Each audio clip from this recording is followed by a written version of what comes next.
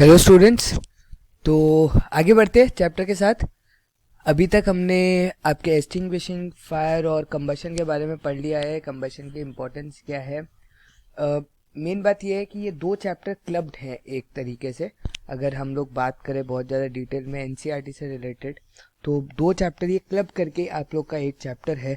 तो काफ़ी बड़ा चैप्टर है, लेकिन हम लोग धीरे धीरे कोशिश करेंगे कि इसको फटाफट से ख़त्म भी कर दे, प्लस आपको समझ में भी आ जाए। तो नेक्स्ट पार्ट जो है वो है आपका फ्लेम के बारे में।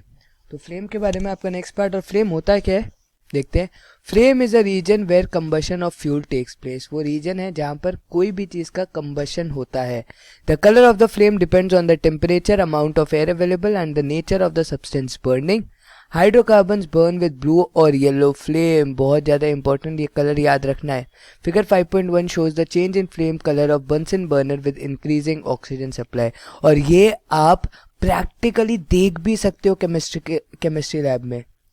ठीक है, हमने देखा है ये चीज़ कि कैसे आपका येलो शुरू होता है और वो ब्लू में बन जाता है, क्योंकि जितना ज़्यादा ऑक्सीजन सप्लाई उतना ज़्यादा वो क्या करेगा, कंबस्ट करेगा। और अगर आप अभी डिटेल में पढ़ोगे कि फ्लेम के कलर क्या होते हैं, तो आप देखोगे कि ब्लू कलर की इंपॉर्टेंस क्या है।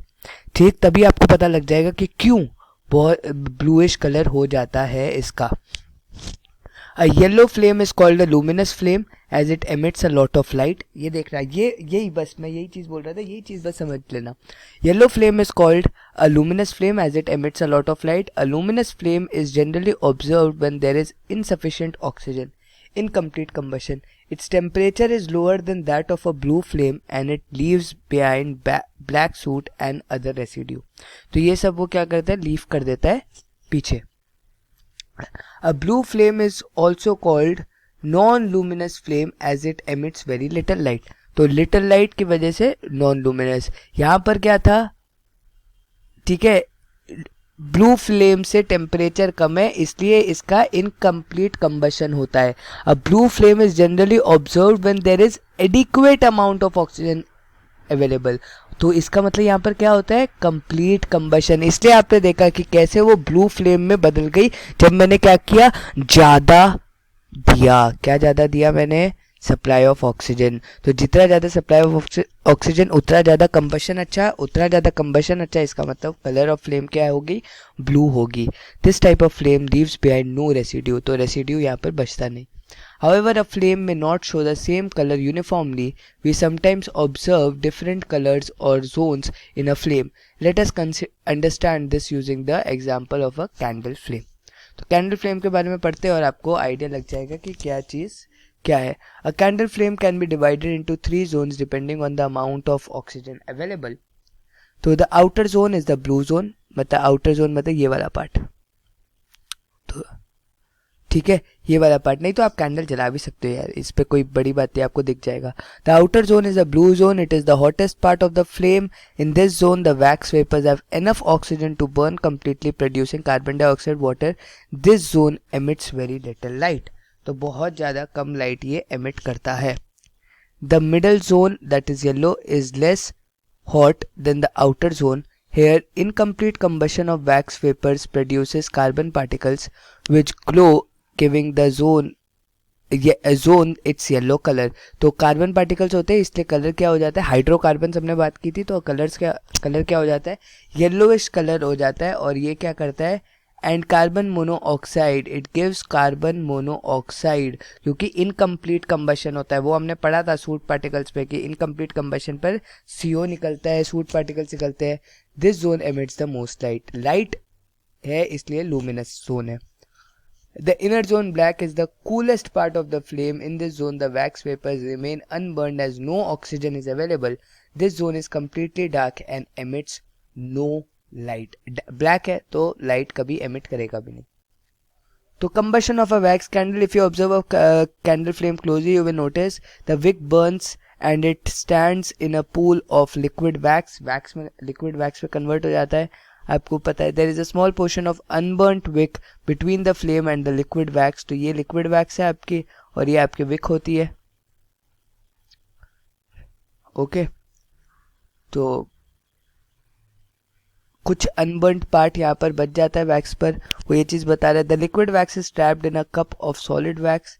ये कहीं ना कहीं सॉलिड वैक्स यहाँ पर जम जाती है, आपने देखा होगा ऊपर भी जम जाती है। द लिक्विड और solid wax never catches fire. सबसे इम्पोर्टेंट चीज़ ये है कि वो कैच फायर कभी करती ही नहीं है। We can see that the wick is burning, but it cannot be the only substance that is burning, as the candle gets smaller as it burns. So what is burning in addition to the wick? सिर्फ wick burn नहीं हो रही, कुछ और भी burn होता है, क्योंकि आपकी कैंडल की साइज क्या होती जाती है, अगर इतनी है तो अब इतनी हो जाएगी। ऐसा क्यों होता है? It is the wax vapors that burn. तो wax जो होती है इधर की, उसके जो वो क्या होते हैं, वेपर्स में कन्वर्ट होने लग जाती है। If a lit match is brought a little above a candle wick immediately after the candle has been blown out, it is noticed that the flame from the match jumps the gap and reignites the wick. This happens because the wax vapor rise from the wick immediately after the candle is blown out and burning match reignites them. तो बहुत ज़्यादा important कि burning wax की वजह से वो क्या हो जाती है, वापस से इग्नाइट हो जाती है।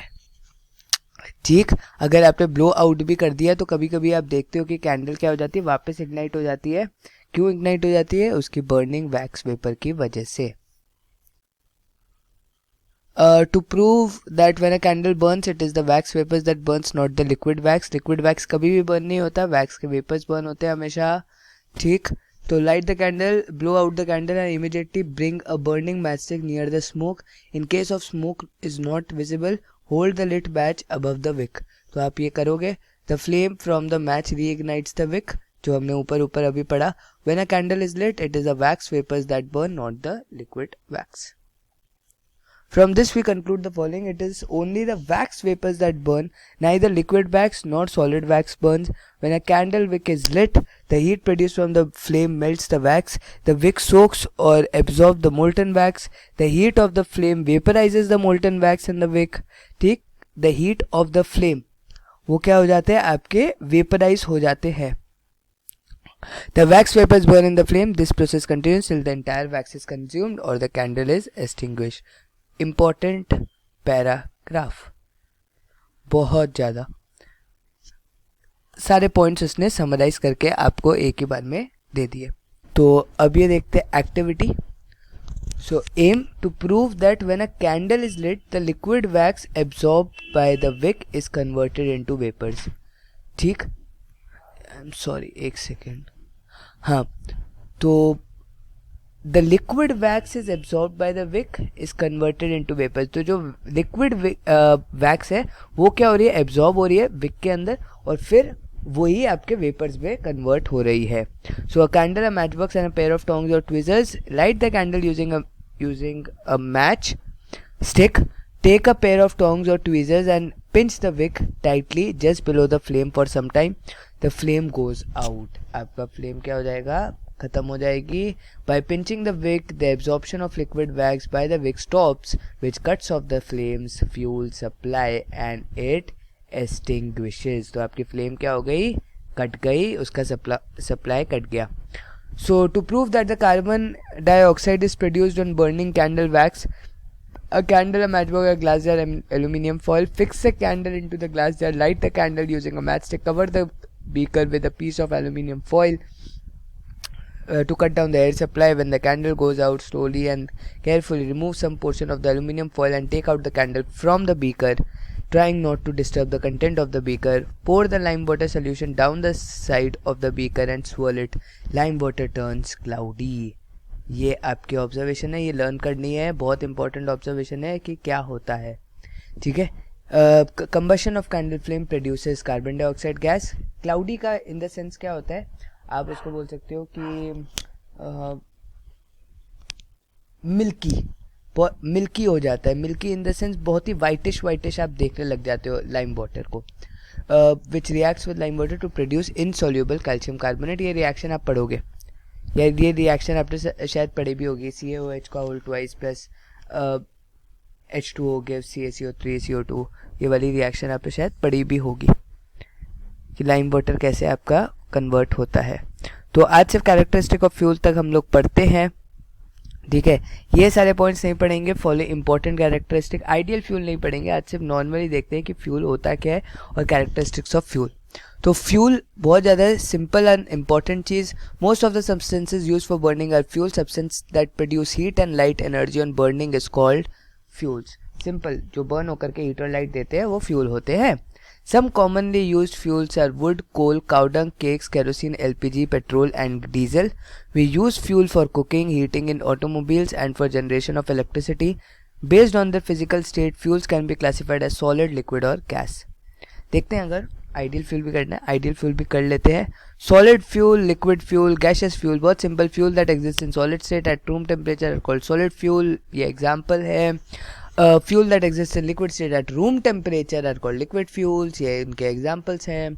और fuels that exist in gaseous state at room temperature are called gaseous fuels, ये उनके एग्जांपल्स हैं. इजी. तो पेट्रोलियम गैस, नेचुरल गैस आपके इसमें आ गए.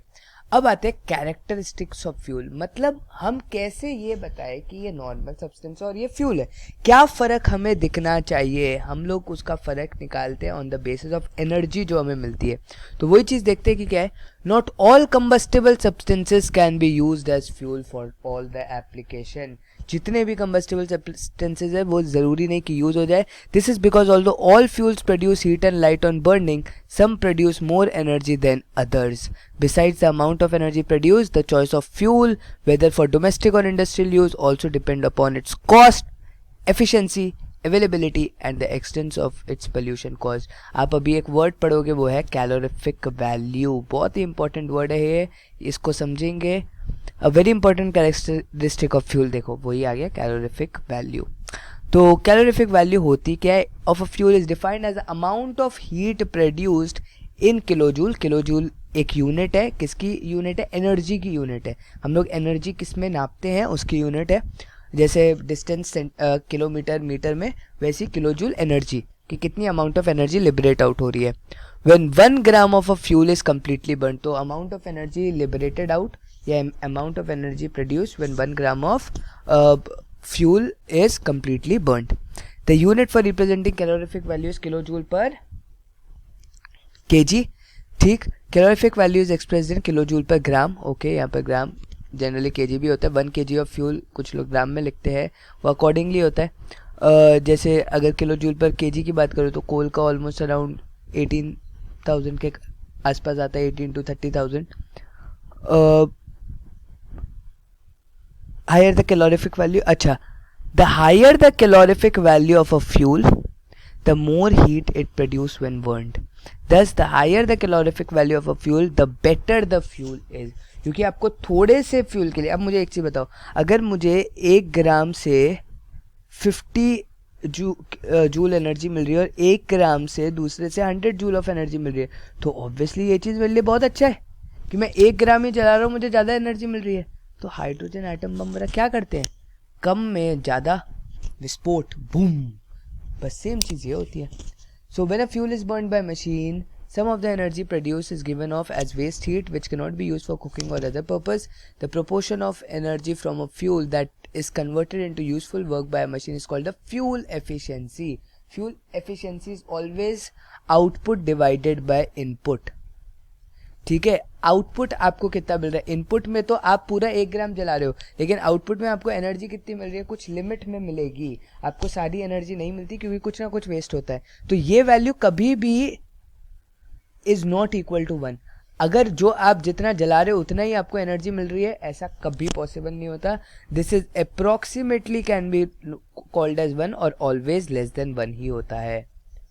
रियल लाइफ में 100% एफिशिएंसी कभी पॉसिबल नहीं होती. Till date no fuel burning device is known to exhibit 100% efficiency. अब आप परसेंट की बात कर रहे हो तो यहाँ पर आप क्या कर देते हो, इंटू 100 कर देते हो परसेंटेज के लिए. तो बस ये पैराग्राफ खत्म करते हैं. The following are some of the important characteristic of an ideal fuel. Ideal fuel का क्या होता है, आइडियल का मतलब जो 100% एफिशिएंसी दे मुझे, तो या फिर बोल सकते हैं जो अच्छा फ्यूल है हमारे लिए. It should have a high calorific value. Its ignition temperature should be low but well above the room temperature. Obvious सी बात है, क्योंकि अगर रूम टेम्परेचर पर होगा तो बहुत बड़ी प्रॉब्लम क्रिएट हो जाएगी कि खुद ब खुद ही वो बर्न होने लग जाएगा. क्योंकि इग्निशन टेम्परेचर अगर रीच हो गया उसका, तो वो तो ऑटोमेटिकली स्पॉन्टेनियस कंबशन में आ जाएगा. तो its ignition temperature should be low but well above room temperature. If the ignition temperature is too low, fuel will catch fire easily, and if it is very high, the fuel has to be heated before to catch fire. It should have a moderate rate of combustion and should release heat in controlled manner. ऐसा नहीं कि एक बार जला boom ख़त्म। नहीं, heat धीरे धीरे निकलनी चाहिए सो दैट हमें हमारे लिए यूज़ भी ईजी हो जाए। It should be fairly cheap and easily available. A fuel may have very high calorific value, but if it is expensive and not easily available, it cannot be used in our day-to-day life. तो अगर वो available ही नहीं है, availability, cheap, ये भी इसके factors है एक आइडियल फ्यूल के। सिर्फ ये नहीं, ये कैलोरीफिक वैल्यू देख ली हमने। Safe handle and easy to transport and it should not cause pollution. ज़्यादा पोल्यूशन नहीं होना चाहिए। अब आप एक चीज़ ध्यान से देखना, जस्ट सी, जितने भी नंबर लिखे उसमें हाइड्रोजन का देखो कैलोरीफिक वैल्यू। आप समझ पा रहे हो कि हाइड्रोजन कितना बड़ा धमाका करता होगा। इसलिए तो हाइड्रोजन हाइड्रोजन हाइड्रोजन करते रहता है इंडिया पाकिस्तान दोनों। Not all fuels can fulfill every one of these characteristics, hence fuels need to be compared to each other in order to choose the right fuel. Let us discuss hydrogen as fuel. Hydrogen is considered the best fuel as it has the highest calorific value. However, as it is highly inflammable, बहुत जल्दी catch fire. There are difficulties associated with its transport, storage and handling. It is therefore used as a fuel only where it is absolutely necessary. Rocket fuel बहुत ज़्यादा चाहिए energy, इसलिए bomb बनाने के लिए। Methane and LPG, both methane and LPG have fairly high calorific value. They burn with a smokeless fire and therefore do not cause pollution. कितनी important चीज़ है ये। They are also easily stored and transported via cylinders or pipelines, hence they are ideal for domestic purpose. तो domestic purpose में क्यों ये useful है, इसका पूरा का पूरा reason दिया हुआ है। पाइपलाइन से cause less pollution और high calorific value है। Petrol and diesel, both petrol and diesel are used in automobiles. Their main disadvantage is the limited availability, जो हम fossil fuel में पढ़ेंगे। Another disadvantage is that their combustion releases harmful gas into the atmosphere. तो यहाँ पर आपका हुआ आज का लेक्चर ख़त्म। थैंक यू गाइज, बहुत ही इजी था। आइडियल कैरेक्टरिस्टिक्स और फ्लेम के बारे में पढ़ा। कोई भी डाउट होता तो प्लीज़ पूछना। Thank you guys for watching. Meet you in the next lecture.